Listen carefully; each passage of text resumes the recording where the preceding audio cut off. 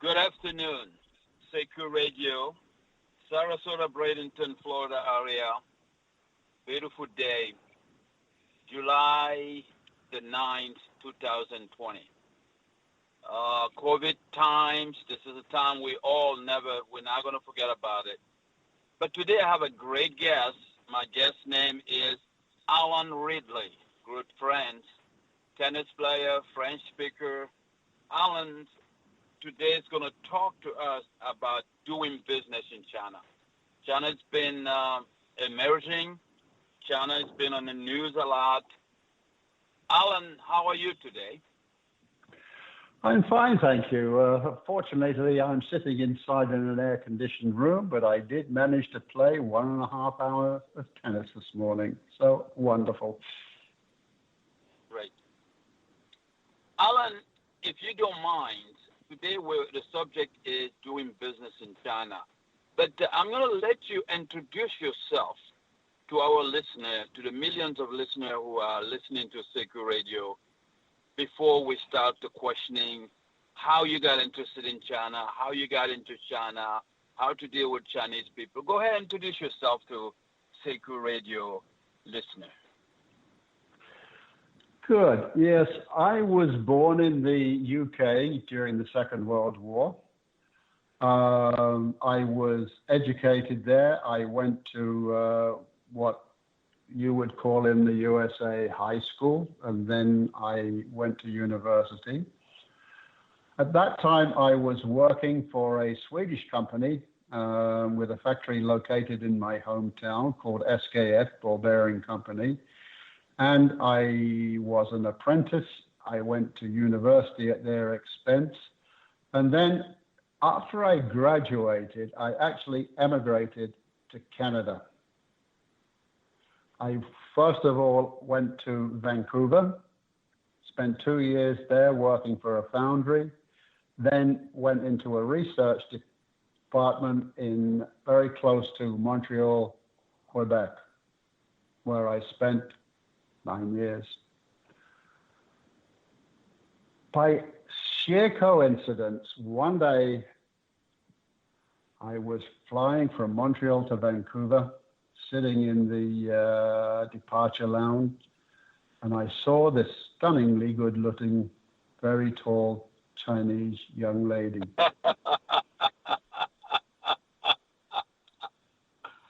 And she was reading. I even remember what she was doing. She was reading Reader's Digest, and I could see it was in Chinese. So I thought, interesting.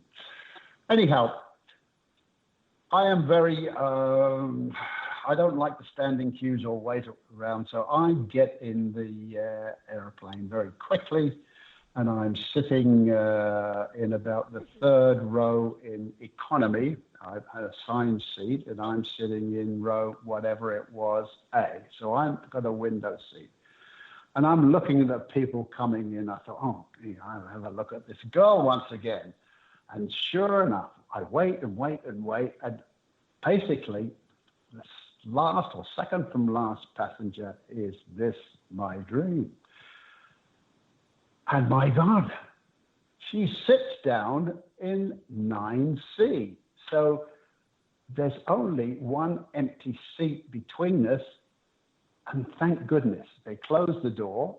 So I am sitting sort of next to her with a seat. Anyhow, we take off, we get chatting, and sure enough, she's going to Toronto, she's Chinese, and we have a very nice discussion. And in the end, I said, do you mind if I call you? If I come to Toronto, be delighted. 1 year later, we got married. Wow. we got married in 1973. In 1974, we emigrated to the States, and I lived in the States with my wife. We had a daughter in Jacksonville in 77. And then in 1996, I was talking to my company that made high temperature ceramics used in the steel industry. And I said to them, you know, there's a huge market going to develop in China, because in China they were making something over 90 million tons of steel a year, but I think that's going to grow a lot. And you need to send somebody that's dedicated to doing it. And if you don't send me, I'll be upset. Now, the reason I say that is because I'd been to China in 1982 with another job, and I'd been several times. Now, my wife was born in Taiwan. And at that time, they were told about how mainland China was the enemy. In fact, they learned to shoot guns to protect them if China ever invaded. So when I told my wife that we're moving to mainland China, oh my God, what on earth have you done, Ellen? No, it'll be fine. It'll be fine. So we go over to a third world communist country, and my friends thought I was crazy. We went there, and we found the people very kind, very nice, and we started a business. And when I retired, the company had grown to selling $100 million of product a year, and I had 1,500 people working for me. Wow. I retired in 2010, but we stayed in China till 2012, and then we moved back to fabulous Florida, moved to Sarasota, or as it's called, God's waiting room. So it seems like you got lucky on that flight. Nobody sit between you and your future wife. And if we had done, if somebody had sat there, I would have never have met her. She would just be a fond memory. Right. Interesting how things happen. Now, Alan, let's talk about China. You said 1973, right? No. What I met my wife in 1973. First time I went to China was in 82. Now at that time, and I was not centered, but I went first of all to Shanghai, and then I went to Hangzhou, Ningbo, and some cities that were, 150 miles away. Shanghai at that time was a city. The tallest building was maybe 6 or 7 stories high. There were no subway trains. There was a rail system which was pretty slow, very old. When I first went there, nobody had private cars. And when I moved there in 97, there were very few private cars. Now, if you go to the coastal cities, including Beijing, Tiananmen, and the other coastal cities, you will find tremendous investment in infrastructure. Shanghai at the moment has 20 7 subway lines. You can get anywhere in the city by subway. The typical subway fare is 3 RMB. RMB is short for people's money or yuan. That's equivalent to 50 cents. If you want to go a long way, it might cost you $7 or $8. So you can get around. Oh.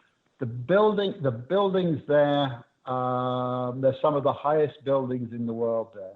It's modern. It is spotlessly clean because you will see people sweeping and cleaning the streets by hand and cart, by machines going through. It is very orderly. And I forgot what year it was, but probably, let's see, 2010, might have been around 8 or 9. There was the World Rugby Club Cup being played. Wasn't on TV easily, but a lot of the bars would have big screens and you could see them there. Now, because they were played like at 3 o'clock in the afternoon in the UK, and then, or maybe 7 o'clock at night, they would start anywhere from 11 p.m. at night to, they would start at 2 p.m. at night, and therefore they would finish around, let's say, 1:30, or they would finish at 4. I watched every single game that I could in the bar. I could walk home. It was like 20 minutes. Walk back to our apartment, and I never, ever felt threatened or I was in any danger whatsoever. So okay. I would say let me ask you something. Very safe. Yeah? But go ahead. Very safe. Let me ask you some questions. You mentioned that your first time was 1982. Did you recall who was in power in 1982? That was probably Deng Xiaoping. Deng Xiaoping in 1982. Oh, that's a good question. So Mao died in 1975. So Deng Xiaoping took over there. Yeah, I think you're right. Yeah. Now, how you credit Chinese success? What did they do? Because they were way far back. I remember watching a movie called "Building the Building of the Nation." In 1947, China only received $400 million help. They were very, very back. How you credit that development to today? And I'm reading a book now, Xi Jinping taking 700 million people out of poverty. How you credit this Chinese success to this massive development and from poverty to prosperity? Yeah, you see, the Cultural Revolution, which was an absolute disaster for China, finished, I think it was something like 76. So after that, when the new premier came in, I think they decided that we must do something for the people, and we will do whatever we can do. And they started encouraging investment and started to open up for new people. So then many foreign countries saw that this was a great opportunity. Right. So it's like my company, we invested money there, and that was very good. But if you ask what was the success of it, quite honestly, and maybe you're surprised at this, one of the most important things, or the most important thing in China, is the family.